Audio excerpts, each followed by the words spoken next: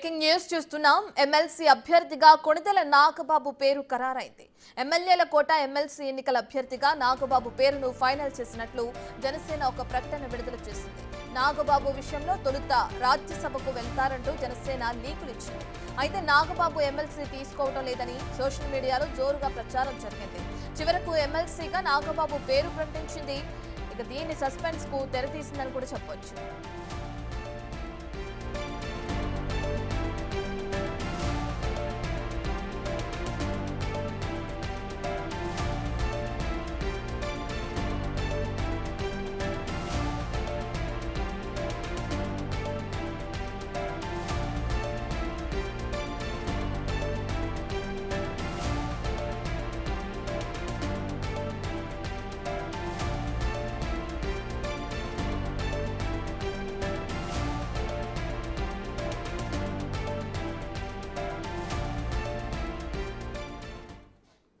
ఇదే విషయానికి సంబంధించిన పూర్తి డీటెయిల్స్ అందించడానికి మా ఎగ్జిక్యూటివ్ ఎడిటర్ అశోక్ లైవ్ లో జాయిన్ అవుతున్నారు.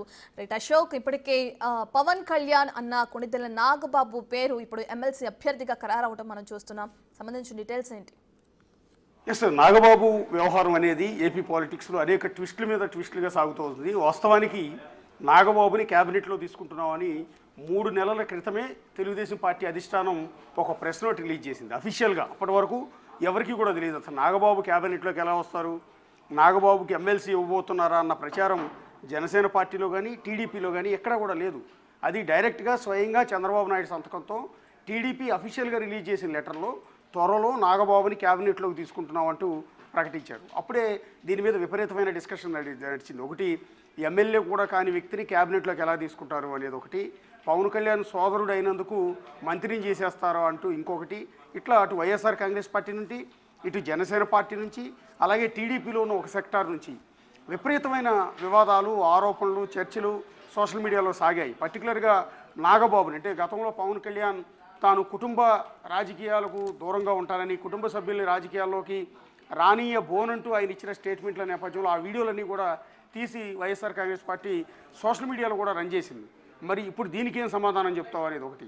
ఇక జనసేన పార్టీలో అంతర్గతంగా కూడా నాగబాబుని క్యాబినెట్లోకి తీసుకుంటున్నారు అనగానే కొంత చర్చ, విమర్శనాత్మకమైన చర్చ జరిగింది. ఎందుకు అంటే జనసేన పార్టీలో ఇప్పుడు కందులు దుర్గేష్ మినిస్టర్గా ఉన్నారు, పవన్ కళ్యాణ్ డిప్యూటీ సీఎంగా ఉన్నారు. సో వీళ్ళిద్దరూ కూడా కాపు సామాజిక వర్గానికి సంబంధించిన వాళ్ళు.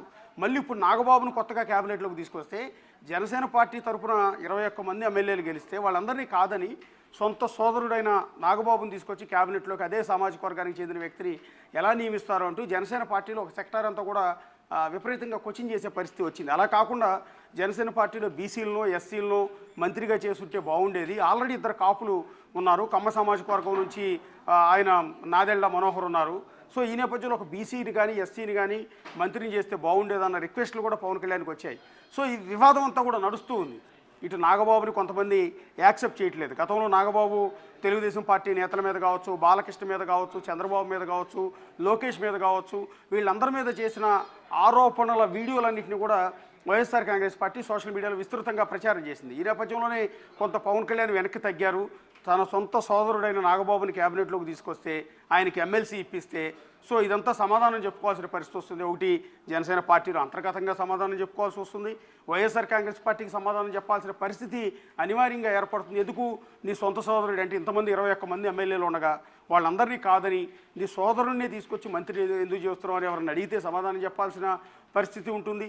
అలా అయితే మరి చంద్రబాబు నాయుడు సీఎం, ఆయన కొడుకు నారా లోకేష్ మంత్రిగా ఉన్నారు కదా అని చెప్పుకోవచ్చు. కానీ దీని నాగబాబు ఇష్యూని మాత్రం వైఎస్ఆర్ కాంగ్రెస్ పార్టీ వేరే లైన్లోకి తీసుకెళ్తుంది. ఈయన కనీసం ఎమ్మెల్యేగా కూడా గెలవలేదు అంటే, మరి గతంలో లోకేష్ కూడా ఎమ్మెల్యేగా గెలవలేదు. గెలవకపోయినా కూడా 2014-19 మధ్యలో ఆయన మంత్రిగా తీసుకున్నారు, ఎమ్మెల్సీ ఇచ్చి మరి. సో అదే క్రమంలో నాగబాబుని లోకేష్తో కంపేర్ చేస్తారంటే ఆ ఈక్వేషన్స్ కూడా ఎక్కడ సెట్ అవ్వట్లేదు. సో ఈ వివాదాల నేపథ్యంలోనే నిన్న మీడియా ప్రతినిధులు జనసేన పార్టీ ఆఫీస్కి వెళ్ళినప్పుడు కొన్ని లీకులు ఇచ్చారు. అదేంటంటే ఈ వస్తున్న వివాదాలు, విమర్శలు, సోషల్ మీడియాలో జరుగుతున్న దుష్ప్రచారం, వీటన్నిటికీ చెక్ పెట్టేందుకు నాగబాబుని ఎమ్మెల్సీగా తీసుకుని క్యాబినెట్లోకి పంపించడం కాకుండా ఆయన్ని రాజ్యసభకు పంపిస్తే, అంటే పెద్దల సభకు పంపిస్తే హుందాగా ఉంటుంది అన్న చర్చని పవన్ కళ్యాణ్ తీసుకొచ్చారు. 2 రోజుల క్రితం పవన్ కళ్యాణ్ చంద్రబాబు నాయుడుతో కూడా భేటీ అయ్యారు. ఆ భేటీ అయిన సందర్భంలో కూడా నాగబాబుకి మంత్రి పదవి వద్దు, ఎమ్మెల్సీగా కూడా వద్దు, ఆయన రాజ్యసభకు పంపిద్దామని రిక్వెస్ట్ చేసినట్టు, దాన్ని చంద్రబాబు నాయుడు అంగీకరించినట్టు, ఇటు నాగబాబు కూడా రాజ్యసభకు వెళ్ళటానికే ఇంట్రెస్ట్ చూపిస్తూ ఉన్నారు, మంత్రి పదవి వద్దని చెప్తున్నారు అంటూ జనసేన పార్టీ ఆఫీస్ నుంచే మీడియాకు లీకులు అందాయి. ఎగ్జాక్ట్లీ ఇది లీకులు అందాయి. ఆ లీకులు అందిన వెంటనే అన్ని ఛానల్స్తో పాటు బిగ్ టీవీలో కూడా ఇదే అంశాన్ని మనం ప్రసారం చేసాం. నాగబాబు క్యాబినెట్లోకి వెళ్ళట్లేదు, ఎమ్మెల్సీ లిస్టులో కూడా లేడు, ఆ ఎమ్మెల్సీని వేరే వాళ్ళకి ఇచ్చే అవకాశం ఉంటుంది, ఆయన రాజ్యసభకు వెళ్ళబోతున్నారు అంటూ మీడియా మొత్తం టెలికాస్ట్ చేసింది. సోషల్ మీడియాలో కూడా రకరకాల కథనాలు వచ్చాయి. ఇవన్నీ కూడా కేవలం జనసేన పార్టీ నుంచి వచ్చిన లీకుల్ని బేస్ చేసుకుని. సో ఇది నిజంగా చర్చ జరిగిందా? చర్చ జరగకపోతే, ఈ నిర్ణయం తీసుకోకపోతే ఎందుకు మీడియాకి ఈ రకమైన లీకులు జనసేన పార్టీ ఇచ్చింది? నాగబాబు రాజ్యసభకు వెళ్తున్నాడని అంశం ఎవరికి థాట్ కూడా లేదు, ఎవరికి ఆలోచన కూడా లేదు. ఎందుకంటే విజయసాయిరెడ్డితో రాజీనామాతో ఖాళీ అయిన ఆ రాజ్యసభ స్థానాన్ని టీడీపీ ఎవరికో ఇస్తుందని భావించారు కదా, అది నాగబాబుకే ఇస్తున్నారంటూ జనసేన పార్టీ ఆఫీస్ నుంచి చెప్పారు.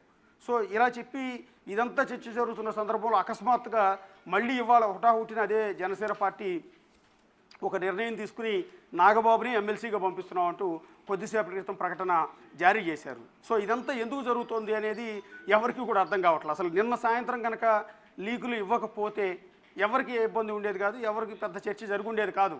మండలికి ఆటోమేటిక్గా నాగబాబు వెళ్తున్నారని అన్ని టీవీ ఛానల్స్ కూడా టెలికాస్ట్ చేసాయి. నిన్నటి వరకు నిన్న జనసేన పార్టీ ఆఫీస్ నుంచి వాళ్ళు లీకులు ఇచ్చే వరకు కూడా ఈ ఎమ్మెల్సీ 5 ఎమ్మెల్సీలు అంటే ఎమ్మెల్యే కోట ఎమ్మెల్సీ లిస్టులో ఆయన వెళ్ళబోతున్నారనేది చర్చ జరుగుతుంది. ఆల్రెడీ చంద్రబాబు నాయుడు ఆయన క్యాబినెట్లోకి తీసుకుంటున్నారని ప్రకటించేశారు కూడా, కాబట్టి ఎలాంటి ఇబ్బందులు ఉండవని భావించారు. కానీ వాళ్లే లీకులు ఇచ్చి మళ్ళీ వాళ్లే ఆ లీకులను వెనక్కి తీసుకుని ఇప్పుడు ఆయన ఎమ్మెల్సీగా వెళ్ళబోతున్నారు అంటూ ఇప్పుడు కొద్దిసేపు క్రితం ప్రకటించారు.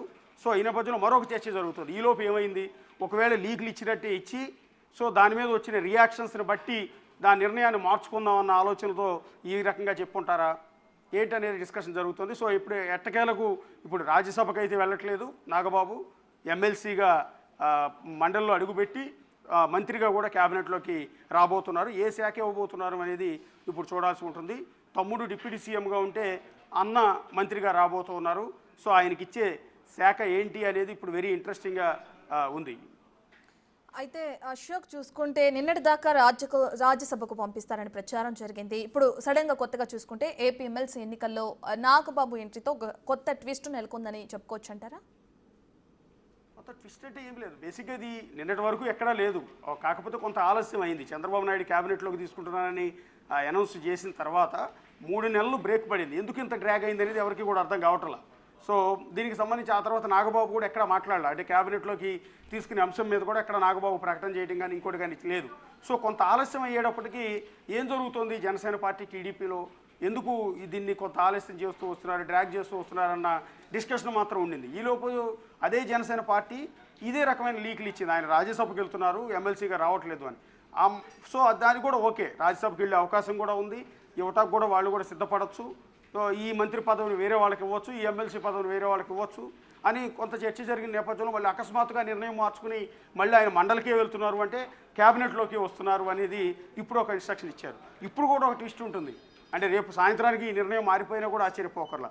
మండలిలోకి అంటే ఎమ్మెల్సీగా నాగబాబు వస్తారు కానీ మంత్రిగా క్యాబినెట్లోకి మాత్రం రాకపోవచ్చు అనే నిర్ణయాన్ని ప్రకటించినా కూడా ఆశ్చర్యపోనక్కర్లే. ఎందుకంటే ఇంతకాలం నాగబాబు విషయంలో జరుగుతున్న ఈ ట్విస్టులు, ఈ పరిణామాల నేపథ్యంలో చూస్తూ ఉంటే ఇప్పుడు మండలిలోకి వస్తారు కానీ మా క్యాబినెట్లోకి రాకపోవచ్చేమో, ఇది ఊహ.